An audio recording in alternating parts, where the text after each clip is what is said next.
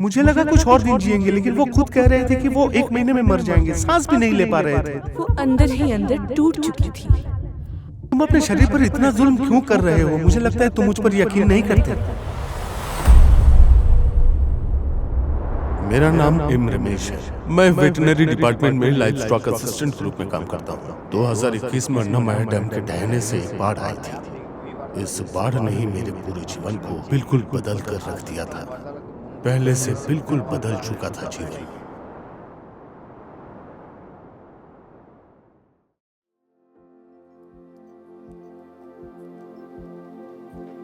मेरा नाम वेंकटेश सुबैया है। मैं वेटरनरी डिपार्टमेंट में काम करता हूँ। मेरा सहकर्मी रमेश 19 अक्टूबर को अन्नामय डैम में था। जब डैम टूट गया तो भयंकर बाढ़ आई। हमें कहीं भी कोई आशा की किरण नजर नहीं आ रही थी। कहाँ जाऊँ, क्या करूँ, कुछ समझ नहीं आ रहा था। 4 दिनों तक मुझे बुखार था। रात को दवा लेकर सुबह को काम पर जाता था। 1 हफ्ते के बाद खांसी भी शुरू हो गया। उसके बाद से ही मेरा जीवन बदल गया। जिम्मेदारी बदली, शरीर भी बदल गया। जीवन उथल पुथल भरा हो गया। बीमारी इंसान को कितना बदल देती है मैं तभी समझ पाया। दिल में डर, असमंजस और चिंता ने घर कर लिया था। समझ में नहीं आ रहा था आखिर ये हो क्या रहा है। साधारण सी खांसी से शुरुआत हुई। डॉक्टर के पास गया तो उन्होंने कहा कि खांसी ठीक हो जाएगी, लेकिन खांसी ठीक नहीं हुई। तो चिंता ने घर कर लिया था मन में। यहाँ गले के पास एक घाव हुआ था। तो जब हम डॉक्टर के पास गए तो उन्होंने कहा कि शायद ये कैंसर है। उन्होंने हमें कुछ टेस्ट करवाने को दिए, जिनको हम एक बड़े हॉस्पिटल में जाकर ही करवाए। उन्होंने हमें तिरुपति जाने को कहा। एक दूसरे डॉक्टर से कंसल्ट किया हमने। हाथ में इंजेक्शन देकर उन्होंने टेस्ट किया। हमने 2 जगह पर टेस्ट करवाया था। एक जगह से उन्होंने कहा कि मुझे कैंसर हुआ है। मुझे तो यकीन ही नहीं हो रहा था, लेकिन फिर दूसरी रिपोर्ट के आने के बाद सबने कैंसर ही सस्पेक्ट किया।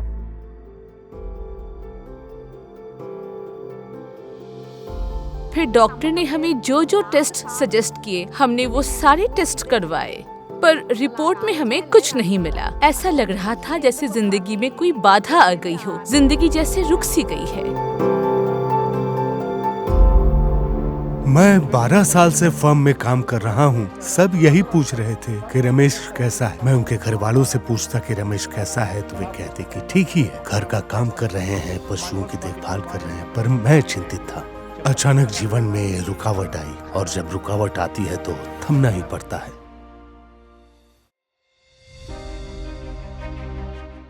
उस वक्त मेरी मन की स्थिति क्या थी ये मैं बयान नहीं कर सकता, पर रुक भी तो नहीं सकता था, क्योंकि जीवन और समय किसी के लिए नहीं रुकता। इसलिए मुझे भी आगे बढ़ना था। कैंसर को हराना ही पड़ेगा। भगवान हमारे साथ हैं। वहाँ इलाज शुरू हुआ। मुझे 30 बार रेडिएशन और 4 बार केमो दिया गया। सब ठीक ठाक ही चल रहा था। सिर्फ एक छोटा सा दाग रह गया था। रेडिएशन देने के बाद यहाँ एक छोटा सा स्पॉट। उन्होंने बताया धीरे धीरे ठीक हो जाएगा। टैबलेट्स और दवाइयाँ दी और कहा कोई असुविधा नहीं होगी। खैर, जो वहाँ इलाज होना था सो हुआ। इलाज करवाने के बाद मैं लौट आया। सब ठीक ही था, लेकिन सबसे बड़ी गलती जो मैंने की कि लौट आने के बाद मैंने अपना ख्याल ठीक से नहीं रखा। दिनचर्या पहले की जैसी हो गई थी। मैंने सोचा कि मेरा कैंसर ठीक हो गया है, बस यही सोचकर। लेकिन मुझे भरोसा नहीं था। अब मैं कोई डॉक्टर तो नहीं हूँ, इसलिए मुझे पता नहीं था कि कैंसर वापस भी लौट सकता है। मैं तो डॉक्टर के पास गया और बताया कि मेरी किस्मत ही ऐसी है। हर गुजरते दिन के साथ मेरी हालत खराब हो रही थी। सुधरने का कोई नामो निशान नहीं। डॉक्टर ने रात के वक्त गले को बंद रखने की सलाह दी थी, तो हम उनकी बात मानकर वैसा ही कर रहे थे। रात के वक्त उन्हें सांस लेने में तकलीफ हो रही थी। हमें कुछ समझ नहीं आ रहा था कि हमें क्या करना चाहिए। उसके बाद हम फिर डॉक्टर के पास गए। डॉक्टर को मैंने बताया कि उन्हें सांस लेने में तकलीफ हो रही है। 9 मिलीमीटर का ट्यूमर था, ठीक फुसफुस के पास। बायोप्सी करने के लिए कहा डॉक्टर ने, और बायोप्सी करने के बाद, और जैसी की उम्मीद थी, लंग्स का बायोप्सी करने के बाद ही पता चला कि हालत बहुत खराब है। फिर किसी ने हमें पुनर्जन्म जाकर इलाज करवाने की सलाह दी और हमने वैसा ही किया। अब वो बिल्कुल ठीक हैं। अब तो रात में उन्हें अच्छी नींद आती है। फिलहाल कोई तकलीफ नहीं है। डॉक्टर ने बताया कि ऑपरेशन की जरूरत नहीं, बस केमो लेने से ही काम चल जाएगा। मैंने दूसरा कुछ ट्राई करने के बारे में सोचा। हालांकि डॉक्टर के कहे मुताबिक मैं दवाइयाँ तो ले रहा था, पर सेकेंड ओपिनियन लेने की बात बार बार मन में आ रहा था। तब यूट्यूब पर पुनर्जन्म के बारे में पता चला। मैं पहले ही धन्यवाद कहना चाहूँगा पुनर्जन्म आयुर्वेदा को। आज इनके बारे में पूरी दुनिया जानती है, इस बात में कोई संदेह नहीं।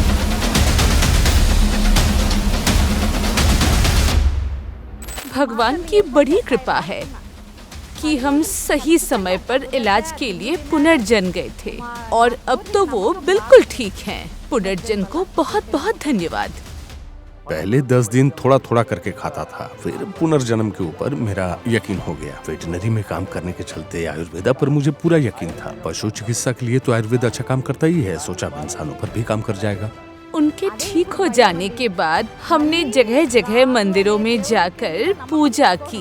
यह सोचकर अच्छा लग रहा था कि इतने दिनों की लड़ाई अब जाकर खत्म हुई है और यह सिर्फ पुनर्जन्म की वजह से संभव हो पाया। एक इडली भी पूरा नहीं खा पाता था, बहुत तकलीफ होती थी, लेकिन सिर्फ 15 दिन के बाद ही सब कुछ बदलने लगा। डोसा और 4 इडली के साथ टिफिन किया मैंने, और पेट खाकर ही समझ गया कि भूख वापस लौट आई है। डॉक्टर ने हमें धीरज रखने के लिए कहा था, तो हमने वैसा ही किया और हमें उसका फल मिला। 3 चीजों पर मुझे पूरा विश्वास था। पहली बात, कैंसर हो तो डरने की कोई बात नहीं। दूसरी बात, पुनर्जन्म के इलाज पर मुझे पूरा भरोसा है। और सबसे बड़ी बात, भगवान पर मुझे पूरा यकीन है। इसलिए कब तक जीऊंगा इसके बारे में नहीं सोचता। पुनर्जन्म आयुर्वेदा के संस्थापकों को मेरा बहुत बहुत धन्यवाद, क्योंकि मेरा बहुत पुराना दोस्त जिसे कैंसर हुआ था, उसने कई जगहों पर अपना इलाज करवाया, लेकिन आखिरकार जब वो पुनर्जन्म आयुर्वेदा में गया तब वो पूरी तरह स्वस्थ हो गया, ठीक से खाना खा रहा है, ऑफिस का काम भी बखूबी कर रहा है। ये मुमकिन हुआ पुनर्जन्म के लिए।